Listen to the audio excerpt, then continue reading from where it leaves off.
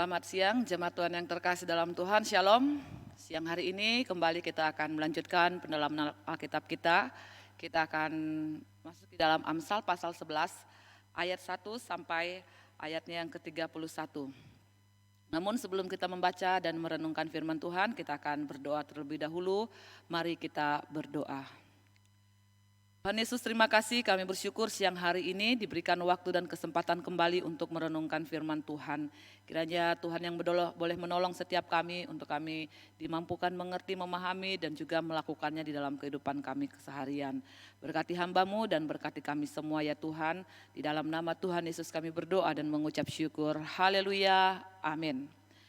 Mari kita akan membaca satu bagian firman Tuhan di dalam Amsal pasalnya yang ke-11 ayatnya yang pertama sampai ayat yang ke-31. Saya akan membacakan bagi kita semua, Bapak Ibu dapat mengikuti di dalam Alkitabnya masing-masing. Amsal pasal 11 ayat 1 sampai ayatnya yang ke-31, demikian firman Tuhan. Neraca serong adalah kekejian bagi Tuhan, tetapi Ia berkenan akan batu timbangan yang tepat. Jikalau keangkuhan tiba, tiba juga cemooh, tetapi hikmat ada pada orang yang rendah hati. Orang yang jujur dipimpin oleh ketulusannya, tetapi pengkhianat dirusak oleh kecurangannya. Pada hari kemurkaan harta tidak berguna, tetapi kebenaran melepaskan orang dari maut. Jalan orang saleh diratakan oleh kebenarannya, tetapi orang fasik jatuh karena kefasikannya. Orang yang jujur dilepaskan oleh kebenarannya, tetapi pengkhianat tertangkap oleh hawa nafsunya.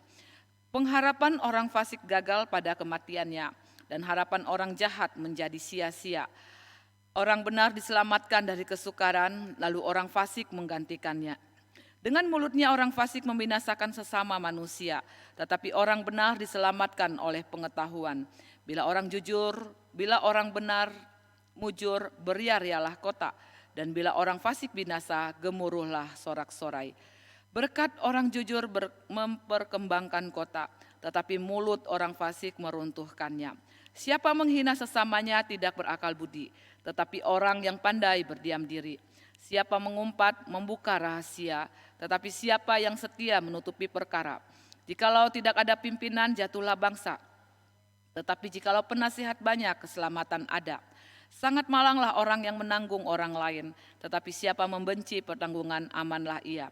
Perempuan yang baik hati beroleh hormat, sedangkan seorang penindas beroleh kekayaan. Orang yang murah hati berbuat baik kepada diri sendiri, tetapi orang yang kejam menyiksa badannya sendiri. Orang fasik membuat laba yang sia-sia, tetapi siapa menabur kebenaran mendapat pahala yang tetap. Siapa yang berpegang pada kebenaran yang sejati menuju hidup, tetapi siapa mengejar kejahatan menuju kematian. Orang yang serong hatinya adalah kekejian bagi Tuhan, tetapi orang yang tak bercela jalannya dikenannya. Sungguh orang jahat tidak akan luput dari hukuman, tetapi keturunan orang benar akan diselamatkan. Seperti anting-anting emas di jungur babi, demikianlah perempuan cantik yang tidak susila. Keinginan orang benar mendatangkan bahagia semata-mata. Harapan orang fasik mendatangkan murka. Ada yang menyebar harta tetapi bertambah kaya. Ada yang menghemat secara luar biasa namun selalu berkekurangan. Siapa banyak memberi berkat, diberi kelimpahan. Siapa memberi minum, ia sendiri akan diberi minum. Siapa menahan gandum, ia dikutuki orang. Tetapi berkat turun di atas kepala orang yang menjual gandum. Siapa mengejar kebajikan berusaha untuk dikenan orang, tetapi siapa mengejar kejahatan akan ditimpa kejahatan. Siapa mempercayakan diri kepada kekayaan akan jatuh, tetapi orang benar akan tumbuh seperti daun muda. Siapa yang mengacaukan rumah tangganya akan menangkap angin, orang bodoh akan menjadi budak orang bijak. Hasil orang benar adalah pohon kehidupan, tetapi siapa bijak mengambil hati orang. Kalau orang benar menerima balasan di atas bumi, lebih-lebih orang fasik dan orang berdosa. Demikian jauh pembacaan firman Tuhan kita pada kesempatan saat ini. Jemaat Tuhan yang terkasih dalam Tuhan, pasal 11 ini melanjutkan ya dari pasal 10 yang kemarin sudah kita renungkan, yaitu melanjutkan perbandingan antara orang benar dan orang fasik dalam pasal 10. Membandingkan dua tipe orang, yaitu orang yang benar ataupun orang yang rendah hati, orang jujur, orang saleh, orang yang pandai. Ini dikontraskan dengan orang fasik, pengkhianat, orang jahat. Maka kita bisa melihat tipe orang pertama yaitu orang benar, orang saleh, orang jujur, orang pandai membangun kehidupan. Sedangkan tipe orang yang kedua yaitu orang fasik, orang jahat dan lain sebagainya yaitu menghancurkan kehidupan. Dan kita bisa melihat di dalam ayat yang pertama, Bapak Ibu yang terkasih, kita bisa melihat bagaimana di situ dikatakan neraca serong adalah kekejian bagi Tuhan, tetapi ia berkenan akan batu timbangan yang tepat. Bapak Ibu sangat mudah sekali kita dapatkan ya, ataupun mudah sekali kita bisa menemukan tentang neraca ataupun batu timbangan di dalam dunia jual beli ya, di dalam dunia perdagangan. Dan bagaimana dikatakan neraca yang serong ini adalah satu neraca yang sungguh sangat merugikan ya, dan dikatakan bagaimana Tuhan tidak senang dengan neraca yang serong, sekalipun bagi yang memilikinya, sekalipun bagi yang menggunakannya, sekalipun bagi orang yang menggunakan neraca serong ini tentunya akan memberikan keuntungan yang cepat gitu ya, akan memberikan keuntungan yang lebih, di mana dia mengumpulkan dan mendapatkan keuntungan dengan waktu yang cepat. Dan neraca serong dikatakan ujungnya adalah ataupun hanyalah suatu kegagalan yang tak termaafkan. Bapak Ibu yang terkasih dalam Tuhan, kita bisa melihat sedangkan neraca yang tepat ataupun dikatakan batu timbangan yang tepat itu dikenan oleh Tuhan. Itu Tuhan itu berkenan. Meskipun ya tampak lamban, meskipun kita mendapatkan keuntungan itu tidak begitu cepat, namun Alkitab boleh memberikan kepada kita sebuah nasihat, hindari neraca serong ya. Bahwa sekalipun menjanjikan karena memberikan keuntungan yang berlipat-lipat, bahwa sekalipun menjanjikan karena akan dengan cepat harta itu dapat menumpuk, akan menciptakan kekayaan yang tak terbilang. Namun kita bisa melihat bagaimana di sana ada sumpah serapah yang mewarnainya. Ada banyak orang yang mencacinya gitu ya. Ketika seseorang menggunakan neraca serong, ketika dia di dalam perdagangannya Bapak Ibu, dia tidak jujur di dalam usahanya, di dalam perdagangannya. Mungkin ketika seorang membeli misalnya gula 1 kilo, ternyata ketika ditimbang kembali beratnya tidak sampai 1 kilo, mungkin itu 800 ons gitu ya. Maka apa yang mungkin membawa keuntungan bagi si penjual. Tetapi ketika si pembeli itu kemudian mulai menimbangnya kembali di rumah, maka apa yang dihasilkan adalah sumpah serapah ataupun caci maki kepada si penjual itu ya Bapak Ibu ya. Sungguh kemudian kita bisa melihat bagaimana tidak layak orang bangga kalau dia kaya karena neraca yang serong ya. Karena apa Bapak Ibu yang terkasih dalam Tuhan? Karena kita jangan lupa bahwa bukan hanya orang yang tertipu ya yang menjadi lawan kita, tetapi Tuhan di dalam kebenarannya pun tidak suka terhadap neraca serong. Sehingga dia katakan bagaimana dia berkenan akan batu timbangan yang tepat. Dan sekali lagi ini berbicara tentang sebuah kejujuran ya, sebuah integritas hidup yang harus dinyatakan oleh orang-orang percaya. Tidak lagi istilahnya Bapak Ibu di dalam usaha kita, di dalam setiap hal yang kita lakukan kita memakai neraca serong. Ya, kalaupun istilahnya ketika kita pernah menggunakannya, ketika kita membaca bagian firman Tuhan ini, mari kita akan meninggalkan hal tersebut. Karena apa?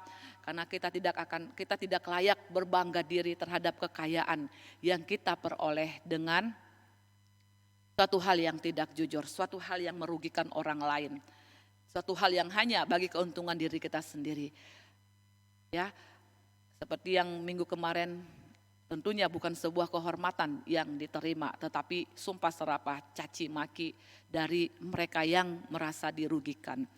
Bapak Ibu yang terkasih dalam Tuhan, kita bisa melihat bagaimana sekali lagi ketidakjujuran ataupun sebuah penipuan di dalam perdagangan ya, yang hanya memberikan keuntungan pribadi. Alkitab mengatakan itu adalah kekejian bagi Tuhan. Apa yang dimaksudkan dengan kekejian Bapak Ibu dalam hal ini? Kekejian ini menunjuk pada hal-hal yang dibenci oleh Tuhan. Pada hal-hal yang dalam arti kata itu menjijikan di mata Tuhan. Kita bisa melihat bagaimana Tuhan itu sangat tidak senang, Tuhan itu jijik, Tuhan itu dalam arti kata membenci sikap ataupun tindakan dari orang-orang yang melakukan sesuatu tanpa kejujuran. Tetapi dikatakan bagaimana dia berkenan akan batu timbangan yang tepat. Sehingga istilahnya memberi keuntungan bagi dirinya sendiri, membawa sebuah kehormatan, membawa sebuah sanjungan, dan juga membawa keuntungan juga bagi orang lain. Nah Bapak Ibu yang terkasih dalam Tuhan, di dalam ayat yang kedua segera apa yang menjadi nasihat dari Amsal pasal 11 ini segera kita tangkap ya. Dikatakan jikalau keangkuhan tiba, tiba juga cemooh. Tetapi hikmat ada pada orang yang rendah hati. Bapak Ibu yang terkasih dalam Tuhan, orang yang angkuh ataupun orang yang sombong biasanya akan berhenti berkembang ya. Karena dia merasa di dalam hidupnya dia sudah merasa hebat. Dia merasa bahwa hidupnya itu sudah memadai gitu ya. Dia merasa sudah hebat jadi tidak perlu untuk belajar, tidak perlu untuk menerima nasihat, tidak perlu untuk menerima koreksi. Bagi dia hidupnya adalah sudah memadai ya, sudah hebat. Sehingga pada akhirnya orang yang sombong hanya akan mengalami kemunduran dan kejatuhan oleh karena kesombongannya sendiri. Namun dikatakan bagaimana orang yang rendah hati akan terus ya, dia akan terus berkembang ke arah yang baik. Karena dia mau menerima ajaran, dia mau menerima nasihat, dia mau menerima didikan. Yakobus pasal 4 ayat yang ke-6, bukankah Alkitab mengatakan bagaimana Allah menentang orang yang congkak tetapi mengasihani orang yang rendah hati. Bapak Ibu yang terkasih dalam Tuhan, ini seharusnya yang menjadi bagian kita. Bagaimana di dalam kerendahan hati kita, ya kita mau tetap menerima ya dalam arti kata menerima didikan. Kita tetap mau menerima nasihat. Padi itu, ilmu padi dikatakan semakin dia berisi, semakin dia merunduk gitu ya Bapak Ibu ya. Semakin mungkin kita di dalam hal ya, di dalam pikiran kita, dalam perasaan kita sudah memadai. Tetapi bagaimana kita di dalam hidup ini mau terus membuka diri, mau terus berkembang ya, mau terus berkembang ke arah yang baik. Dengan cara selama kita hidup dalam dunia ini kita masih dalam arti kata membutuhkan ajaran, kita masih membutuhkan didikan, kita masih membutuhkan nasihat.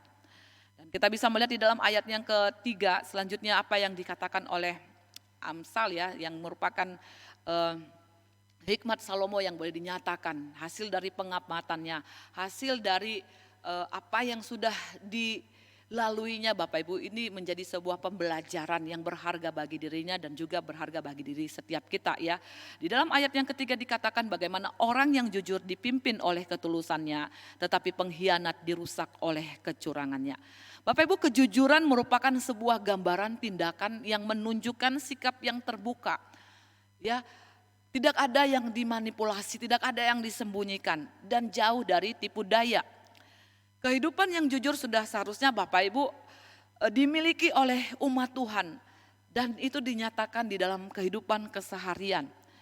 Kehidupan yang jujur berarti sebuah kehidupan yang berintegritas.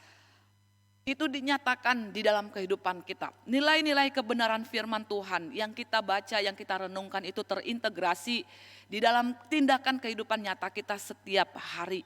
Ya, bagaimana dikatakan tadi ketulusan orang jujur akan menuntunnya melakukan kewajibannya. Ketulusan orang yang jujur akan menuntunnya melakukan kewajibannya. Dan inilah yang akan membuat dia kokoh dan tidak perlu memutar haluan setiap kali arah angin berubah.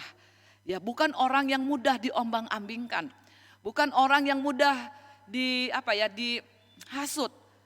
Tetapi kita bisa melihat bagaimana orang yang jujur ini tidak mempunyai tujuan lain di dalam hidupnya, sehingga dia tidak mudah diombang-ambingkan. Tujuannya tidak lain adalah bagaimana dia boleh tetap menjaga hati nuraninya tetap bersih ya.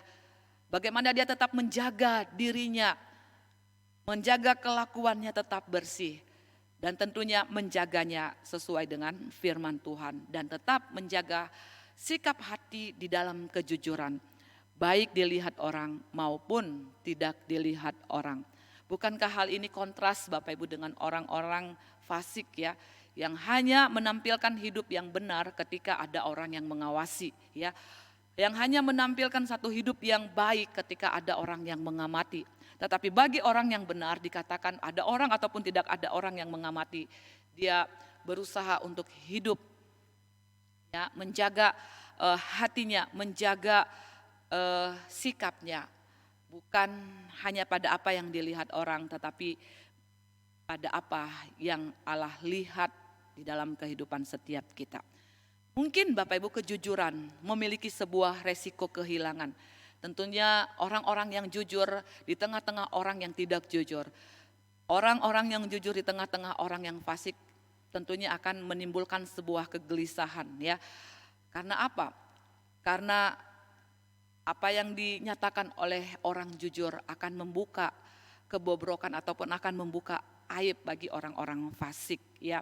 Tetapi dikatakan bagaimana kejujuran meskipun dia memiliki resiko kehilangan, mungkin dia dijauhkan oleh sesama ataupun resiko-resiko yang lain. Tetapi kita bisa melihat bagaimana orang yang jujur, orang yang berintegritas akan selalu sekali lagi boleh menjaga kehidupannya yang bersih. Karena dia tahu bagaimana dia mempertanggungjawabkan hidup ini bukan kepada manusia tetapi kepada Allah. Dan inilah yang menjadi godaan Bapak Ibu ya, sebuah hal yang kadang orang percaya pun istilahnya itu orang yang tidak menjaga sikap hatinya akan cenderung istilahnya ketika melihat resiko dari sebuah kejujuran, maka tidak sedikit orang yang akhirnya menjauhi kejujuran di dalam kehidupannya, kompromi ya terhadap kejahatan. Karena hidup jujur berarti menghormati, memuliakan Allah. Dan inilah Bapak Ibu yang diajarkan, nasihat hikmat yang dinyatakan oleh Salomo. Bagaimana dia katakan orang jujur itu dipimpin, ya dikatakan oleh ketulusannya. Tidak ada akal bulus, tidak ada motivasi yang lain, tidak ada keinginan yang lain. Tetapi bagaimana orang jujur itu dipimpin oleh ketulusan hatinya. Bahkankah ketulusan hati itu lahir dari hati yang takut akan Tuhan. Maka di dalam bagian yang keempat Bapak Ibu dikatakan bahwa pada hari kemurkaan harta tidak berguna, tetapi kebenaran melepaskan orang dari maut. Sangat jelas Bapak Ibu bahwa harta itu tidak bisa menyelamatkan kita. Di dunia mungkin dengan harta kekayaan kita bisa lolos dari hukum yang menjerat. Tetapi tidak demikian di hadapan penghakiman Allah. Sehingga dikatakan pada hari kemurkaan harta tidak berguna. Ya, kita tidak bisa membuat sogokan gitu ya kepada mungkin hukum yang berlaku di dunia ini. Kita tidak bisa memberi suap kepada orang-orang yang mungkin bisa kita suap. Tetapi pada penghakiman Tuhan dikatakan hanya kebenaran yang dari Allah yang dapat melepaskan orang itu dari maut. Kebenaran yang dinyatakan oleh Kristus kepada setiap kita, itulah yang dapat melepaskan kita dari kebinasaan, dari maut, dari apa yang dinamakan dengan hukuman yang kekal itu. Harta, kekayaan, kedudukan tidak mampu menyelamatkan kita dari penghakiman Allah, karena Dia adalah hakim yang adil. Bapak Ibu yang terkasih dalam Tuhan, kita bisa melihat di dalam ayatnya yang kelima. Dikatakan bagaimana jalan orang saleh itu diratakan oleh kebenarannya. Tetapi orang fasik jatuh karena kefasikannya. Bapak Ibu yang terkasih dalam Tuhan, bagaimana nasihat Amsal yang dinyatakan dari pengamatan yang dipelajari oleh Salomo selama hidupnya. Bagaimana jalan orang saleh itu diratakan oleh kebenarannya. Jalan-jalan yang ditempuh akan dijaga oleh kebenaran. Jalan-jalan yang ditempuh, jalan-jalan yang dilalui akan dijaga oleh apa yang dinamakan dengan ajaran, nasihat, didikan. Sehingga dia tidak jatuh terpeleset, sehingga dia tidak jatuh oleh karena godaan yang menggiurkan. Ada batasan-batasan yang boleh dinyatakan, ada batasan-batasan yang boleh diterapkan di dalam perjalanan kehidupan ini Bapak Ibu ya. Sehingga hikmat itulah yang menuntun dia, sehingga mampu melewati setiap perjalanan kehidupan ini Bapak Ibu di dalam kebenaran. Berbeda dengan orang fasik. Orang fasik akan memasang jerat bagi dirinya sendiri tanpa dia sadari ya. Ini diakibatkan karena apa? Diakibatkan karena kebodohan, diakibatkan tanpa pengertian, diakibatkan tanpa kebenaran. Maka sangat penting bagi setiap orang percaya Bapak Ibu bagaimana dia memperhatikan jalan-jalan yang dia lalui. Jangan sampai kita memasang jerat terhadap diri kita sendiri oleh karena kebodohan kita. Karena itu Bapak Ibu akan dinyatakan di dalam waktu yang terus berjalan. Waktu itulah yang akan menguji setiap kita. Apakah jalan kita lurus, apakah jalan yang sedang kita tempuh adalah satu kebenaran, jalan kebenaran. Ataukah suatu hal yang tidak benar yang akan membuat kita jatuh oleh karena kefasikan kita sendiri. Memakai jalan pintas yang dianggap pantas, yang tentunya Bapak Ibu tidak sesuai dengan firman Tuhan dan merupakan suatu hal yang tidak diinginkan Tuhan. Maka kita bisa melihat di dalam ayat yang ke-6 dikatakan bahwa orang yang jujur dilepaskan oleh kebenarannya, tetapi pengkhianat tertangkap oleh hawa nafsunya. Bapak Ibu yang terkasih dalam Tuhan, sekali lagi banyak jerat memang yang dipasang oleh para musuh bagi orang yang jujur. Namun kita bisa melihat bagaimana Tuhan itu menimbulkan kebenaran dari orang jujur tersebut ya. Kebenaran itu membebaskannya. Kebenaran itu tidak bisa Bapak Ibu ditahan. Kebenaran itu tidak mampu untuk dalam arti kata membungkam. Tetapi kebenaran itu akan muncul bagi orang yang jujur. Meskipun para musuh ataupun lawan sedang memasang jerat. Tetapi kebenaran itulah yang membebaskan dia. Lawan tidak mendapati sesuatu yang salah terhadap dirinya. Maka dikatakan Bapak Ibu dalam ayat yang ke-6, bagaimana orang yang jujur itu dilepaskan oleh kebenarannya. Ya, tidak ada satu rasa takut ataupun rasa cemas Bapak Ibu bagi orang yang jujur.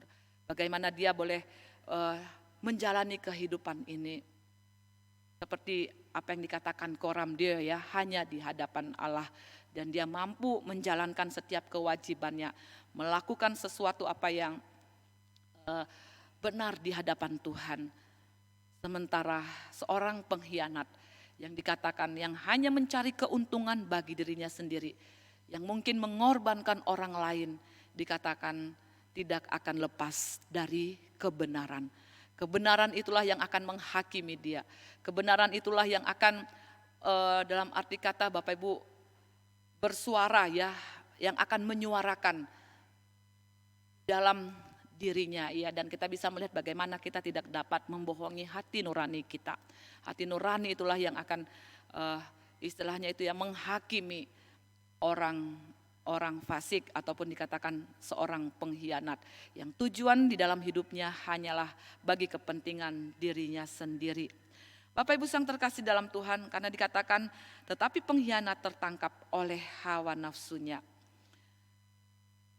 Ini menjadi sebuah hal yang perlu kita perhatikan, bagaimana di dalam hidup ini Bapak Ibu kita boleh selalu mawas, jangan sampai kita tergiur, jangan sampai kita tergoda hanya kepada suatu hal yang fana dalam dunia ini. Karena itu akan yang menjadi jerat bagi kita di dalam perjalanan hidup ini. Bapak Ibu dalam ayat yang ke-7 segala dikatakan bagaimana pengharapan orang fasik gagal pada kematiannya. Dan harapan orang jahat menjadi sia-sia. Sangat jelas Bapak Ibu, bagaimana akhir hidup orang fasik adalah pada kematian. Ini tidak terelakkan ya, satu hal yang tidak terelakkan. Ujung dari kehidupan orang yang fasik, meskipun mungkin dalam dunia ini mempunyai banyak keuntungan dari ketidakjujuran, ya dari manipulasi, tetapi kita bisa melihat ujung hidup dari orang fasik adalah kematian.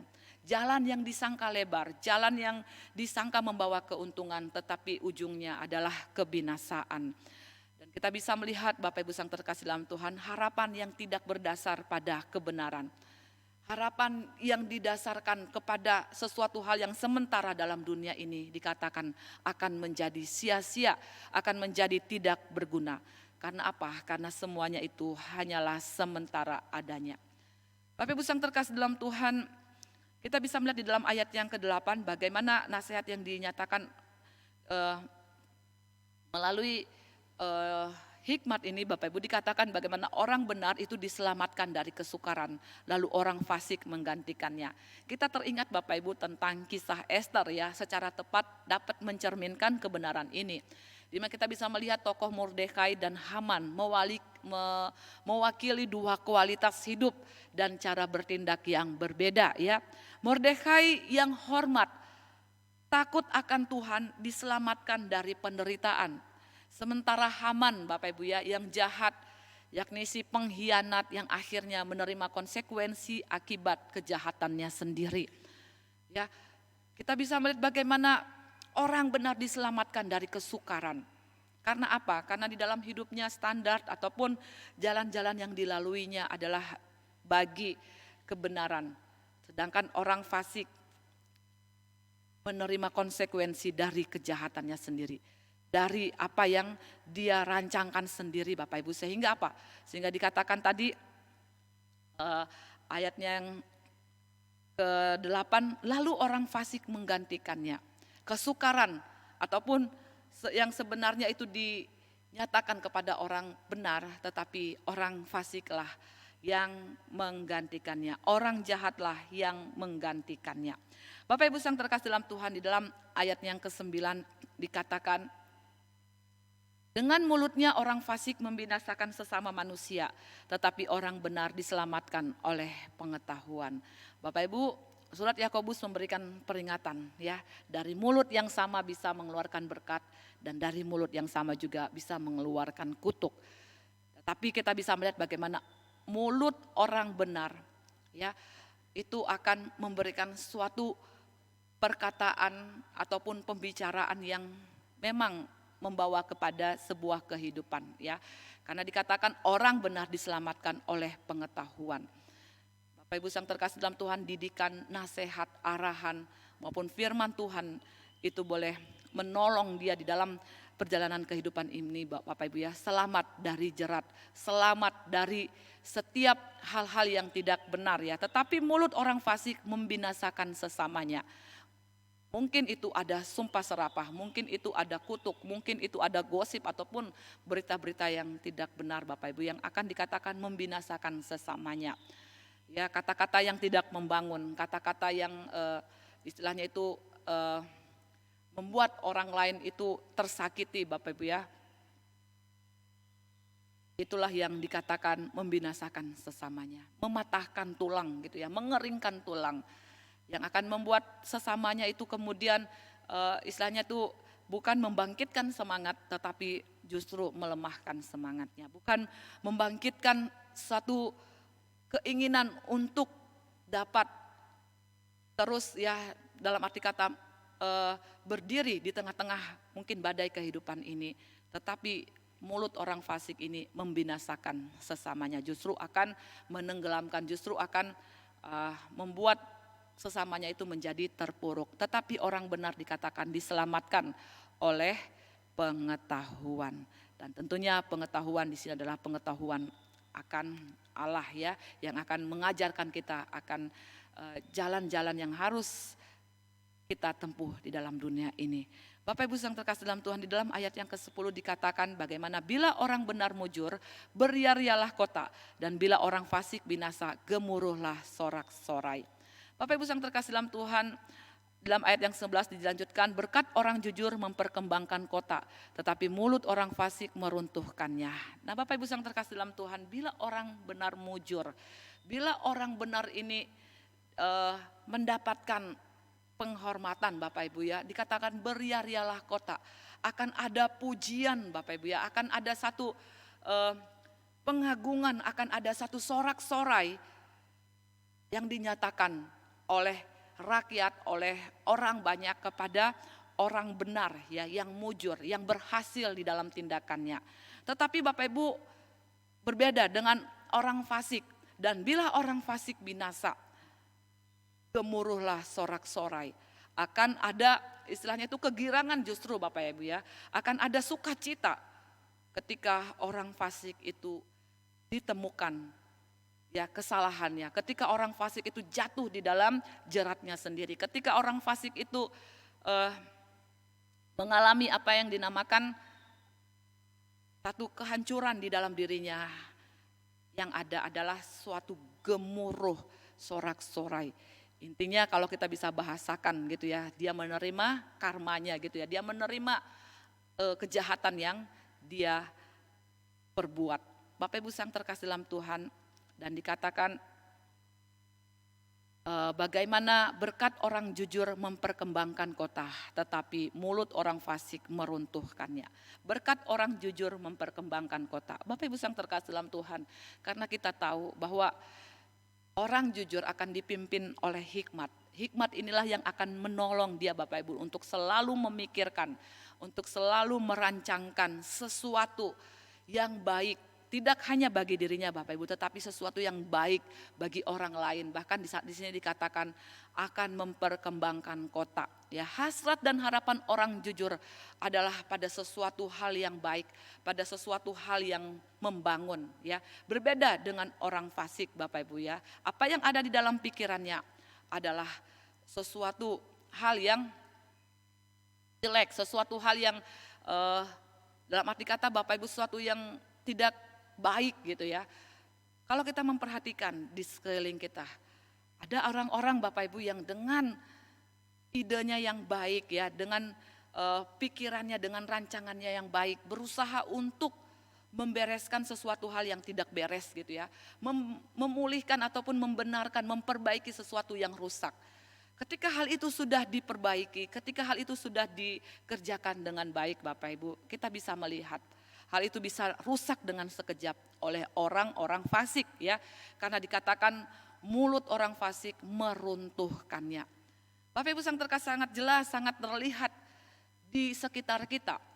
Tetapi kita diajak Bapak Ibu bagaimana kita adalah orang benar ya, dalam arti kata orang-orang yang hidup di dalam hikmat Allah, hidup di dalam pimpinan dari firman Tuhan yang boleh bekerja dalam kehidupan kita, yang seharusnya kita adalah orang-orang yang jujur, yang boleh memperkembangkan kota, yang boleh membawa kemajuan bagi kota, yang boleh membawa suatu dalam arti kata ya pembaharuan bagi kota di mana kita tinggal. Ya, tidak sebaliknya Bapak Ibu ya, bukan keberadaan kita justru menghancurkan, tetapi kita mau bagaimana keberadaan kita boleh memperkembangkan, boleh memulihkan. Di dalam ayat yang ke-12 Bapak Ibu di sana dikatakan, siapa menghina sesamanya tidak berakal budi, tetapi orang yang pandai berdiam diri. Di sini menjelaskan hubungan ataupun relasi Bapak Ibu dengan sesama kita dan dampak dari perkataan itu ya.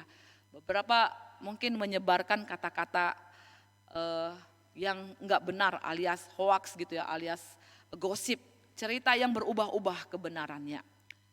Ini membawa dalam arti kata Bapak Ibu bisa menghina, dalam arti kata kata-kata yang tidak beraturan, kata-kata yang diomongkan tanpa pengetahuan, tanpa pengertian, itu dikatakan menghina sesamanya. Ya, dia tidak berakal budi, tetapi orang pandai berdiam diri. Karena orang yang pandai itu bukan berarti dia tidak berpengetahuan. Orang pandai itu bukan berarti Bapak Ibu dia tidak mengerti, dia tidak tidak tahu, tetapi bagaimana orang pandai itu berkata-kata ya tepat pada waktunya, tepat pada sasarannya. Dia dalam arti kata dia tidak berbicara di mana saja dia berada sesuai dengan apa yang dia inginkan, tetapi bagaimana orang pandai itu berdiam diri. Dia akan berkata-kata tepat pada waktunya, seperti apa yang harus diperkatakan gitu ya Bapak Ibu ya. Jadinya kita bisa melihat ini adalah sekali lagi nasihat bagaimana kita bisa menggunakan perkataan kita itu tepat sasaran, tidak menyakiti ataupun tidak menyebarkan satu informasi-informasi yang tidak jelas kebenarannya. Bapak Ibu yang terkasih dalam Tuhan, dalam ayat yang ke-13 dikatakan siapa mengumpat membuka rahasia, tetapi siapa yang setia menutupi perkaranya. Kembali Bapak Ibu kepada kita hikmat di dalam menggunakan mulut kita, di dalam menggunakan perkataan kita. Itu dikatakan Bapak Ibu ya, sebagai pribadi yang jujur, sebagai pribadi yang berintegritas. Kita ini akan tahu bagaimana menghormati privasi orang lain ya. Sehingga kita tidak, dalam arti kata perkataan kita tidak istilahnya itu mengumbar aib orang lain ya. Tidak menjelek-jelekan orang lain. Tidak dalam arti kata membuka aib orang lain di depan umum. Meskipun Bapak Ibu Sang terkasih dalam Tuhan, kita bisa melakukannya tetapi tidak di depan publik gitu ya, tidak di depan umum. Kita bisa berbicara, mengoreksi orang lain, maka dikatakan kita boleh berbicara empat mata gitu ya. Jadi tidak mempublikasikannya Bapak Ibu di tempat umum. Karena apa? Kita menghormati privasi orang lain sehingga hubungan kelompok itu dapat terjaga. Berapa banyak Bapak Ibu komunitas-komunitas kemudian menjadi pecah ya, oleh karena apa? Oleh karena kita tidak mampu untuk menjaga mulut kita ya. Kita menceritakan kepada orang lain menceritakan kepada orang lain lagi, maka disitulah akibatnya sebuah hubungan kelompok itu akan menjadi pecah. Tidak ada kepercayaan yang kita bisa percayai lagi Bapak Ibu ya. Ketika kita mungkin curhat, ketika kita mungkin mau berbagi kisah kepada orang lain, kita menjadi trauma gitu ya. Oh jangan-jangan nanti kelemahanku, ceritaku ini akan dijual gitu, akan digoreng oleh dia. Tapi bagaimana Bapak Ibu sebagai saudara seiman, tentunya kita boleh menjaga privasi orang lain ya. Kita menjaga rahasia dari orang lain. Menjaga dalam arti kata aib tidak kita publikasikan ke sarana umum Bapak Ibu. Dan ayat yang ke-14 dikatakan, jikalau tidak ada pimpinan jatuhlah bangsa, tetapi jikalau penasehat banyak keselamatan ada. Jikalau tidak ada pimpinan ya tentunya Bapak Ibu ya, seorang pemimpin itu bertindak untuk mengatur tatanan yang berlaku di sebuah kota, di sebuah bangsa tentunya. Karena ketika tidak ada pimpinan, ketika tidak ada aturan Bapak Ibu, maka orang akan berbuat seperti apa yang dia anggap benar. Ketika tidak ada aturan, maka setiap orang akan bertindak seperti apa yang dia pandang benar Bapak Ibu ya.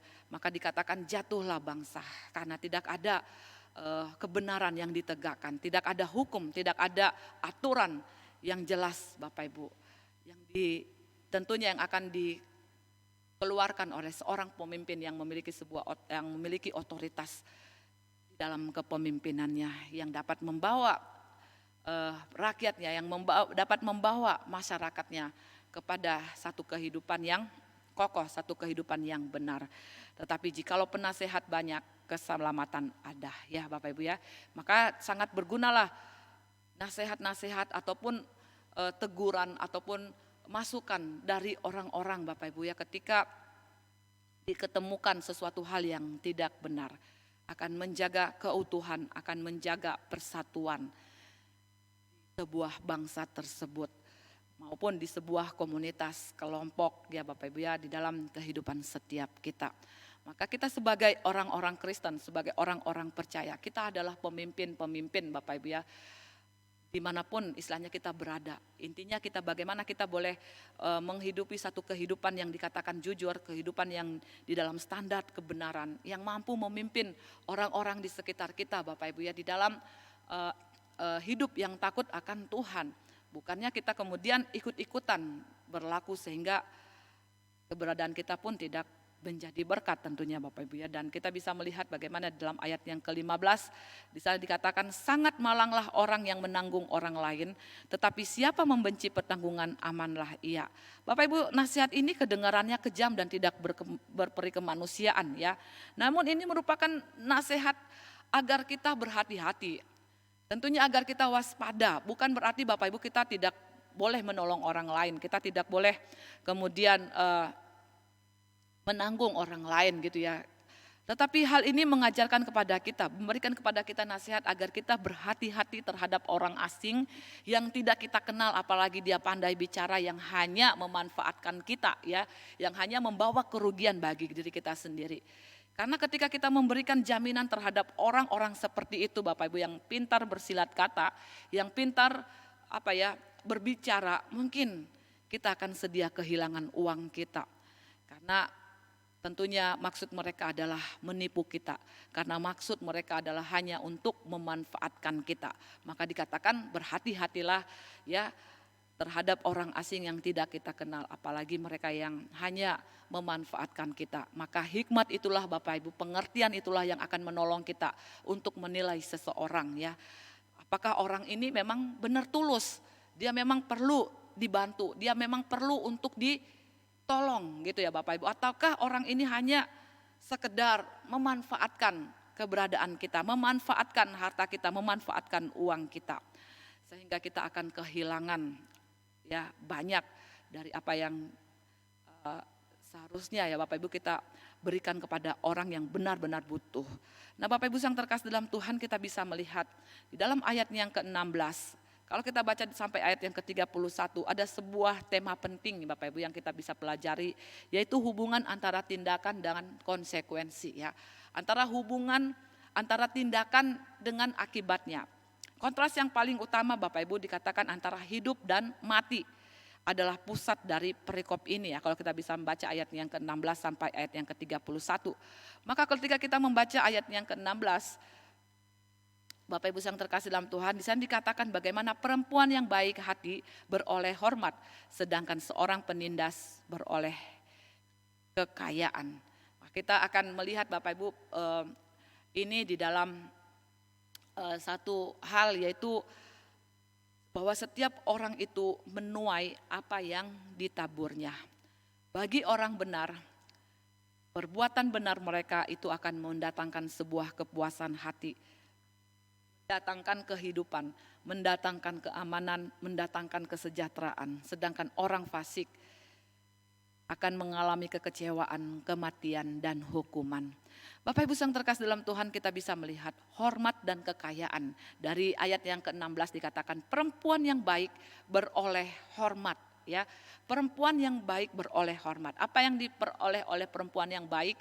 Dalam arti kata Bapak Ibu, perempuan yang memang istilahnya mengikuti, menghidupi aturan ataupun dalam arti kata seorang perempuan yang mampu hidup sesuai dengan apa yang dinyatakan oleh firman Tuhan, dikatakan tentunya dia akan beroleh hormat ya. Sama Bapak Ibu, seorang penindas dikatakan sama-sama memperoleh. Yang pertama memperoleh hormat, dan yang satu seorang penindas dia memperoleh kekayaan. Ya. Hormat dan kekayaan memang boleh dimiliki Bapak Ibu ya, sama-sama dimiliki. Tetapi cara untuk mendapatkan mereka itu yang berbeda. Orang perempuan yang baik hati, bagaimana dia menerapkan prinsip-prinsip dari kehidupan yang takut akan Tuhan, maka dia akan memperoleh hormat. Sedangkan seorang penindas, dia memakai berbagai macam cara Bapak Ibu untuk memperoleh kekayaan itu. Dia memanipulasi, dia menindas orang-orang bagi meraup keuntungan besar untuk dirinya sendiri ya Bapak Ibu ya. Sehingga sama-sama memperoleh hormat, sama-sama yang satu memperoleh hormat, yang satu memperoleh kekayaan, tetapi itu didapatkan dengan cara yang jauh berbeda. Dan dikatakan Bapak Ibu yang terkasih dalam Tuhan, ayat yang ke-17, orang yang murah hati berbuat baik kepada diri sendiri, tetapi orang yang kejam menyiksa badannya sendiri. Orang yang murah hati Bapak Ibu sudah tentu akan menerima berkat juga dari orang lain ya. Mereka yang mendapatkan pengaruh, mereka yang mendapatkan istilahnya suatu keberkatan dari orang yang memberi berkat kepada orang yang baik. Tentunya Bapak Ibu, hukum alam itu berlaku ya. Dia juga akan menerima yang baik Bapak Ibu ya. Sedangkan dikatakan orang yang kejam menyiksa badannya sendiri. Orang yang tidak peduli, orang yang istilahnya itu Bapak Ibu di dalam kehidupannya adalah satu kehidupan yang hanya ya menindas, yang hanya membuat orang lain itu terpuruk, dikatakan menyiksa badannya sendiri. Menyiksa badannya sendiri Bapak Ibu tentunya tidak ada satu kedamaian di dalam dirinya ya. Tidak ada satu kepuasan di dalam dirinya. Yang ada hanyalah kehausan akan harta dunia ini. Yang ada hanyalah keinginan untuk menambah-nambah dengan cara yang tidak baik. Dan tentunya Bapak Ibu, orang yang seperti ini ya di dalam hidupnya dia tidak kenal apa yang namanya hidup yang benar ya, pola hidup yang baik yang ada di dalam hidupnya. Bagaimana aku mengejar kekayaan ya dengan cara yang tidak benar, menyiksa badannya sendiri. Kemudian mungkin Bapak Ibu bisa ya dari hasil yang diperolehnya dia memakai untuk sesuatu hal yang tidak benar ya Bapak Ibu ya. Dan inilah yang dikatakan bagi firman Tuhan, tetapi orang yang kejam menyiksa badannya sendiri. Orang lain tidak akan, istilahnya itu Bapak Ibu ya, orang lain tidak akan peduli kepada orang yang sedemikian. Karena ketika dia pun jatuh, ketika dia pun istilahnya itu berada di saat-saat terpuruk, maka orang enggan untuk menolong dia, orang enggan untuk peduli kepadanya ya. Dan dikatakan sedangkan orang yang murah hati akan menerima berkat dari orang lain. Bapak Ibu yang terkasih dalam Tuhan, ayat yang ke-18 dengan jelas mengatakan bagaimana orang fasik itu membuat laba yang sia-sia. Tetapi siapa menabur kebenaran mendapatkan pahala yang tetap. Ada pahala Bapak Ibu untuk hidup jujur, sedangkan kejahatan itu mencelakakan. Kata laba yang sia-sia dan pahala yang tetap ya Bapak Ibu ya. Orang fasik membuat laba ya. Mereka punya keuntungan, tetapi keuntungan itu Bapak Ibu tidak akan bertahan lama. Keuntungan yang mereka peroleh itu tidaklah bersifat kekal ya, akan menjadi sia-sia, tidak akan membawa mereka kepada sesuatu kehidupan yang terpuaskan. Tetapi dikatakan siapa menabur kebenaran mendapat pahala yang tetap. Akan mendapat pahala yang tetap ya Bapak Ibu, yang tidak akan diambil daripadanya ya. Ini mungkin kita bisa melihat akan ada sesuatu yang Tuhan boleh berikan kepadanya. Sebagai rasa syukurnya untuk keselamatan yang Tuhan sudah anugerahkan, dia boleh berbuat baik kepada orang lain ya. Dia boleh menabur kebenaran, dia boleh peduli kepada orang lain sebagai ungkapan syukur bahwa dia telah ditolong oleh Tuhan terlebih dahulu. Ayat yang ke-19 Bapak Ibu dikatakan, siapa berpegang pada kebenaran yang sejati menuju hidup, tetapi siapa mengejar kejahatan menuju kematian. Jelas lagi Bapak Ibu pesannya, orang benar akan hidup, tetapi orang jahat akan mati ya. Orang benar akan berpegang pada kebenaran, dan kebenaran itulah kebenaran yang sejati itu membawa dia kepada kehidupan yang kekal. Sedangkan orang jahat Bapak Ibu dikatakan dia berpegang kepada pengertiannya sendiri dan berujung kepada kematian. Nah Bapak Ibu yang terkasih dalam Tuhan, dan ayat yang ke-20 dikatakan orang yang serong hatinya adalah kekejian bagi Tuhan, tetapi orang yang tak bercela jalannya dikenan. Sekali lagi Bapak Ibu kita akan bisa melihat ya tindakan dan konsekuensi yang dinyatakan sangat jelas Bapak Ibu ya. Bagaimana tujuan hidup bagi orang yang tidak benar Bapak Ibu, bagi orang yang serong hatinya adalah selalu pada diri sendiri dan memakai banyak cara ya untuk mencapai tujuannya. Sedangkan orang yang tidak bercela Bapak Ibu, orang yang jujur, orang yang tulus hatinya, orang yang berintegritas, jalannya akan dikenan ya, akan diperkenan oleh Tuhan. Bapak Ibu yang terkasih dalam Tuhan, dan ayat yang ke-21 di situ dikatakan bagaimana sungguh orang jahat itu tidak akan luput dari hukuman, tetapi keturunan orang benar akan diselamatkan. Orang benar akan selamat Bapak Ibu ya, tetapi orang jahat akan binasa. Tuhan tidak mengabaikan kesalahan dan tidak mengampuni dosa yang tidak diakui. Dia tetap menuntut tanggung jawab untuk setiap kesalahan yang dibuat. Maka bersyukurlah Bapak Ibu kepada Tuhan di dalam kehidupan setiap kita. Roh Kudus yang bekerja melalui firman Tuhan yang selalu menolong kita untuk mengintrospeksi kehidupan kita. Mengajarkan kita kepada jalan-jalannya Tuhan agar apa? Agar kita dikatakan Bapak Ibu ya boleh selamat sampai kepada satu kehidupan yang kekal. Karena tanpa Roh Kudus dan firman Tuhan yang boleh mendidik kita, yang boleh mengarahkan kita, yang dikatakan firman-Mu adalah pelita bagi kakiku dan terang bagi jalanku.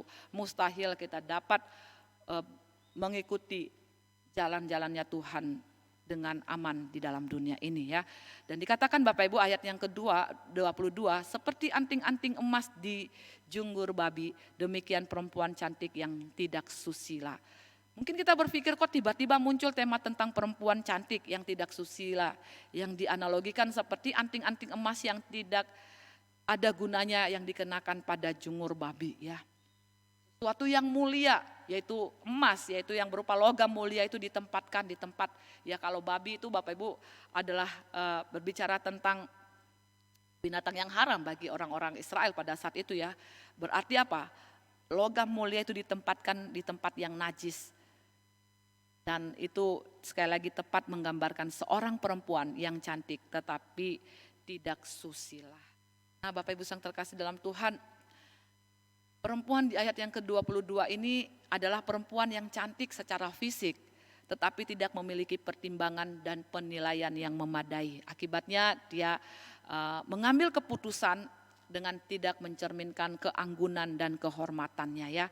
Ini bukan berarti Bapak Ibu kita anti ya, Alkitab anti dengan perempuan-perempuan cantik. Tidak, Alkitab pun menulis perempuan-perempuan yang elok, perempuan-perempuan yang cantik, seperti kalau kita bisa melihat salah satunya Esther ya. Tetapi apa yang diajarkan oleh firman Tuhan di sini bahwa kecantikan tanpa adab dan kesantunan merusak tatanan. Keelokan tanpa takut akan Tuhan itu akan menjadi sia-sia ya. Ini yang boleh dinyatakan bagaimana kita menjadi seseorang yang tetap Bapak Ibu boleh diperkenan oleh Tuhan melalui sikap kita, melalui tingkah laku kita, melalui cara kita berbicara, bahwa kehormatan yang tentunya Bapak Ibu bagi nama Tuhan. Dalam ayat yang ke-23 Bapak Ibu di situ dikatakan bagaimana keinginan orang benar itu mendatangkan bahagia semata-mata, harapan orang fasik mendatangkan murka. Keinginan orang benar mendatangkan bahagia semata-mata. Ya tentu orang benar itu, apa yang ada di dalam pikirannya Bapak Ibu adalah sesuatu ya yang membuat orang di sekitarnya itu bahagia. Tetapi orang fasik, harapan orang fasik mendatangkan murka ya, mendatangkan suatu hal yang tidak menyenangkan Bapak Ibu ya bagi orang-orang sekitarnya. Dan kita boleh melihat bagaimana dikatakan dalam ayat yang ke-24 Bapak Ibu ya, ada orang yang menyebar harta tetapi bertambah kaya. Ada yang menghemat secara luar biasa namun selalu berkekurangan. Ini mungkin pemikirannya sama seperti dalam ayat yang ke-17 tadi ya Bapak Ibu yang sudah kita baca ya. Kalau misalnya seseorang berbagi uang dengan orang lain, Bapak Ibu secara ekonomi tentunya kekayaannya pasti akan berkurang ya. Dan mereka yang tahu cara berhemat, kekayaannya seharusnya menumpuk Bapak Ibu ya, kekayaannya seharusnya bertambah, dia seharusnya tidak berkekurangan. Tetapi Bapak Ibu yang terkasih dalam Tuhan, mengapa Salomo di dalam bagian ini sampai pada kesimpulan yang berlawanan? Orang yang berkekurangan, orang yang memberi justru dikatakan Bapak Ibu dia tidak berkekurangan ya. Orang yang memberi di dalam ayat yang ke-24 dikatakan Bapak Ibu ya, orang yang menyebar harta tetapi dia bertambah banyak. Ini berbeda Bapak Ibu dengan hukum ekonomi dunia. Orang yang menyebarkan harta tentunya hartanya akan berkurang, bukannya bertambah. Tetapi bagaimana Amsal pada bagian ini memberikan satu kesimpulan yang berlawanan. Orang justru yang menghemat dia akan berkekurangan. Karena apa Bapak Ibu? Karena pemikiran paradoks ini adalah satu pemikiran yang paradoks ya. Ekonomi Allah itu berbeda dengan ekonomi kita.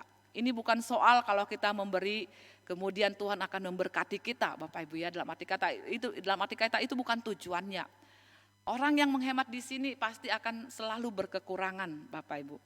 Karena apa? Karena kalau kita bisa melihat selanjutnya di dalam ayat yang ke-25, siapa banyak memberi berkat diberi kelimpahan, siapa memberi minum ia sendiri akan diberi minum.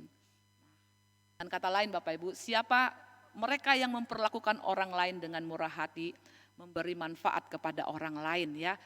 Mereka membagi-bagikan karena mereka tahu apa yang mereka punya itu dari Tuhan. Mereka terima dari Tuhan dan mereka memberi ya. Sehingga dikatakan berkat itu, kalau kita bisa dalam pasal 10 kemarin, berkat itu ada di atas kepala orang benar ya Bapak Ibu ya. Karena apa? Karena tujuannya bukan hanya pada diri sendiri, bukan pada kepentingan diri sendiri. Bagaimana berkat yang Tuhan sudah berikan itu diberikan, disalurkan kepada orang lain. Dia menjadi saluran berkat bagi kesejahteraan orang lain. Mereka yang memperlakukan orang lain dengan murah hati, memberi manfaat kepada orang lain, membuat orang lain itu Bapak Ibu mendapat kelimpahan. Mendapat dalam arti kata mereka disegarkan gitu ya.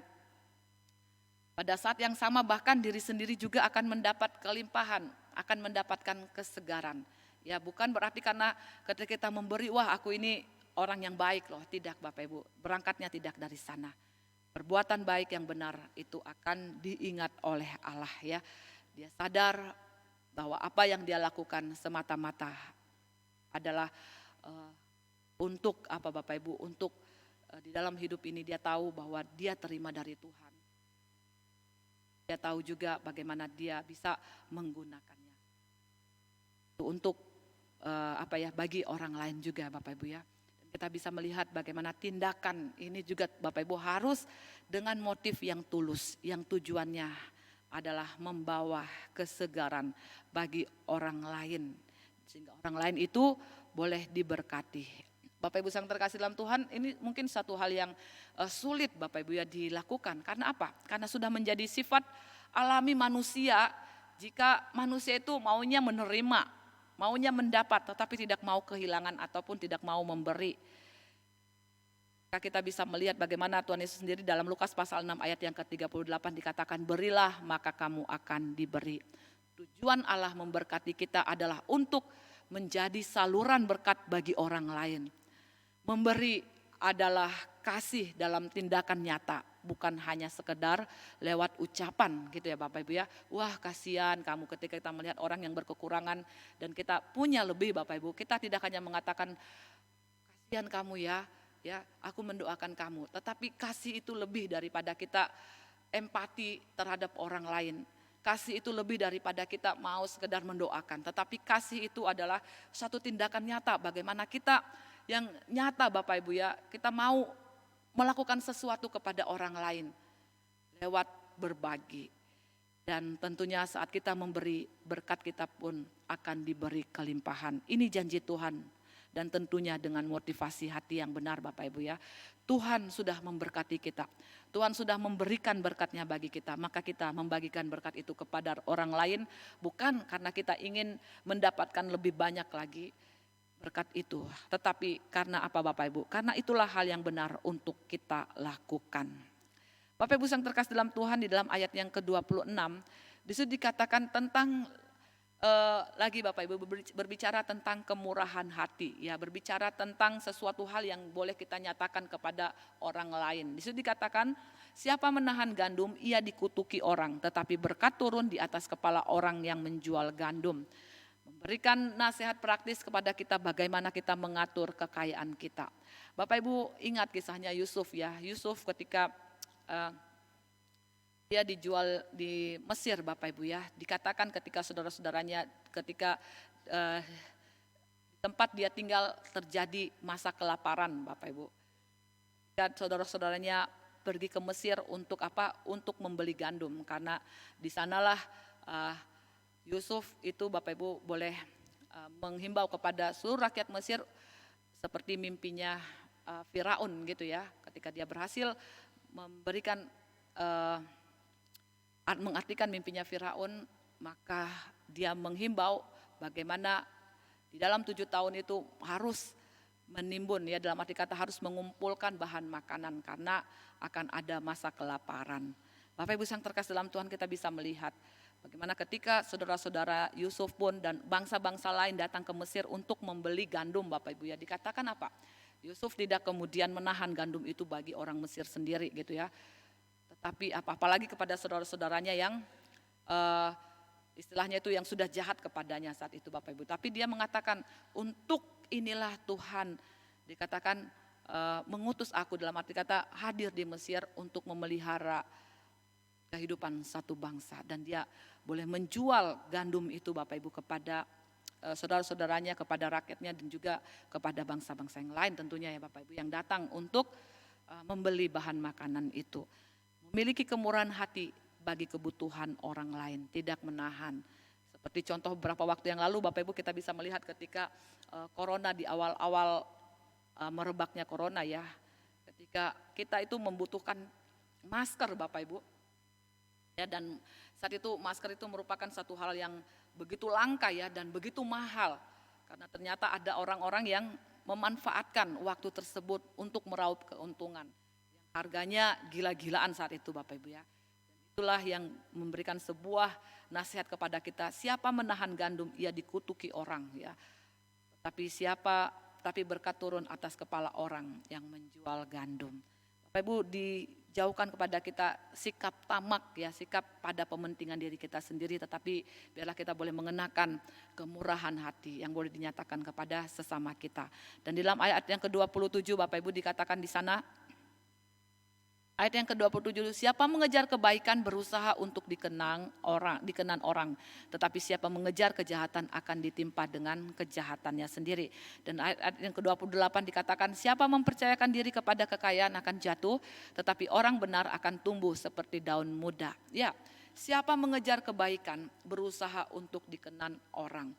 Ini sudah menjadi satu hal yang lazim Bapak Ibu, ketika kita mengejar kebaikan. Enggak ada kebaikan itu Bapak Ibu yang kemudian tidak disukai orang kecuali orang yang tidak menyukainya gitu ya. Tetapi kebaikan yang boleh kita nyatakan itu akan menjadi berkat bagi orang yang menerimanya. Dan tentunya itu adalah satu hal yang diperkenan ya.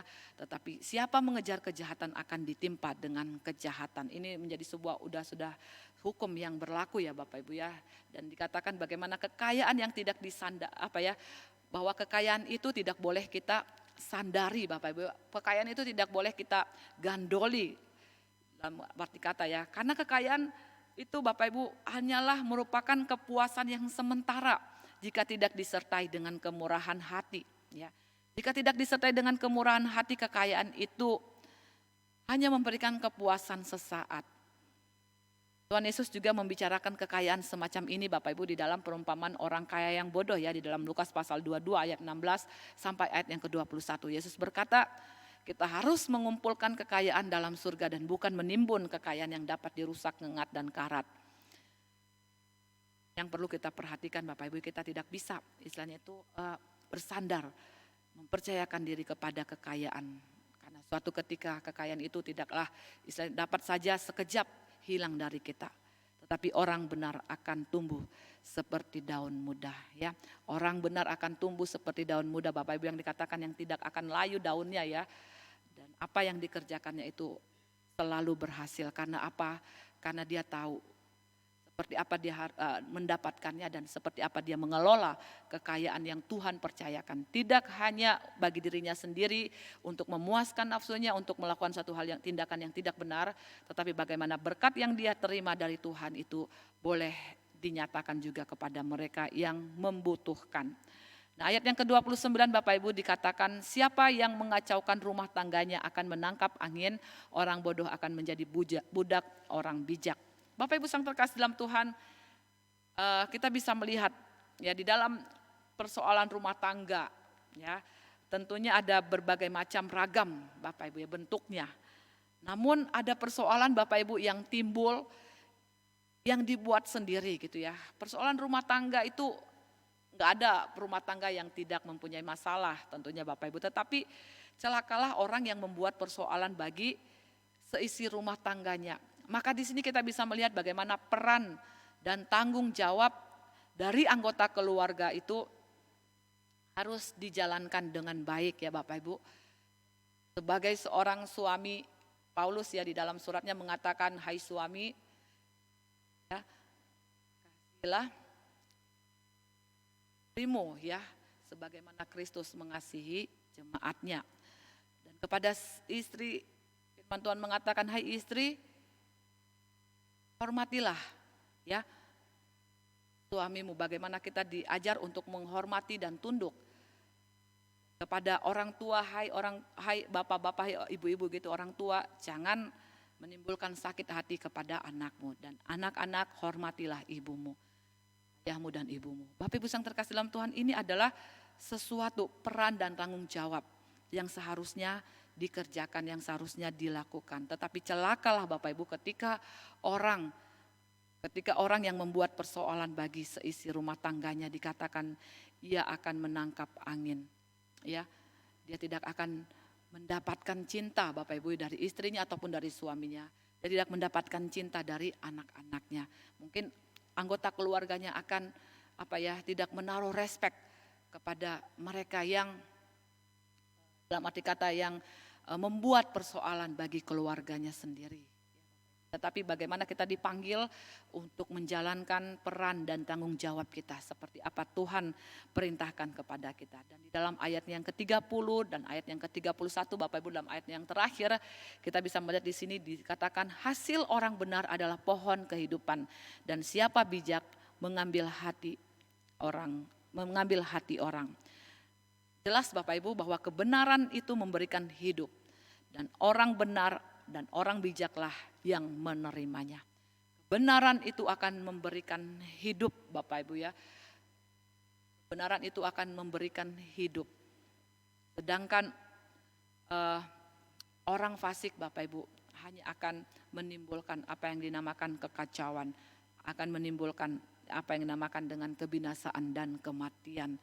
Hanya orang yang benar dan orang bijaksanalah yang menerimanya.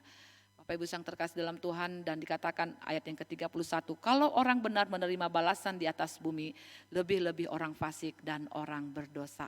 Bapak Ibu yang terkasih dalam Tuhan, penggunaan kata lebih-lebih ataupun apalagi tidak hanya memunculkan makna perbandingan ya, tetapi juga menunjukkan keseriusannya. Ini menunjukkan bahwa pembalasan setimpal dapat terjadi selama kita hidup, yaitu tidak ada yang melakukan kejahatan tanpa dihukum.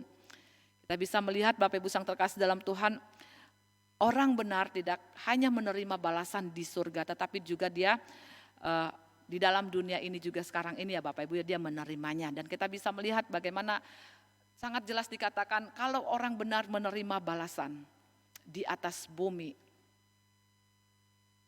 lebih-lebih orang fasik dan orang berdosa ya. Kita bisa melihat dua-duanya Bapak Ibu, baik orang benar maupun orang fasik menerima balasan di atas bumi ya. Lebih-lebih dikatakan orang fasik dan orang benar. Selama kita hidup dalam dunia ini Bapak Ibu, kita bisa melihat bagaimana kita tidak pernah lepas ya Bapak Ibu dari apa yang dinamakan menerima balasan dari apa yang kita kerjakan ya. Dampak dari perbuatan kita itu akan nyata di dalam kehidupan setiap kita. Apakah yang baik yang kita lakukan ataukah yang jahat yang kita lakukan ya Bapak Ibu ya. Sama-sama kita akan mendapatkan satu balasan baik di dalam dunia ini maupun nanti ya Bapak Ibu di dalam ketika penghakiman Tuhan itu. Kita boleh melihat Bapak Ibu di akhir renungan kita pada kesempatan siang ini, biarlah nasihat dari Amsal ini boleh menjadikan kita menjadi pribadi-pribadi yang berhikmat, karena hikmat itu sangat penting, hikmat itu sangat menolong kita untuk dapat menjalani hidup di tengah-tengah dunia yang bengkok ini, di tengah-tengah keberdosaan ini. Kita boleh menjaganya, kita boleh terus berjalan seperti apa yang Tuhan mau ketika hikmat itu boleh ada di dalam kehidupan setiap kita. Mari kita berdoa. Tuhan Yesus, terima kasih, kami bersyukur untuk kesempatan saat ini Tuhan, kami boleh belajar tentang suatu hal yang sangat penting untuk kami perhatikan dan juga kami lakukan di dalam kehidupan kami keseharian. Bagaimana kehidupan kami sebagai anak-anak Tuhan boleh menjadi satu kehidupan yang berbeda dengan orang-orang dunia ini Tuhan, yang diumpamakan seperti orang fasik, tetapi kami boleh menghidupi nilai-nilai dari kebenaran firman Tuhan setiap hari, setiap waktu di dalam perjalanan hidup di dunia ini. Berkati kami semua ya Tuhan yang sudah mendengarkan firman-Mu dan berikan pada kami kekuatan kemampuan untuk melakukannya.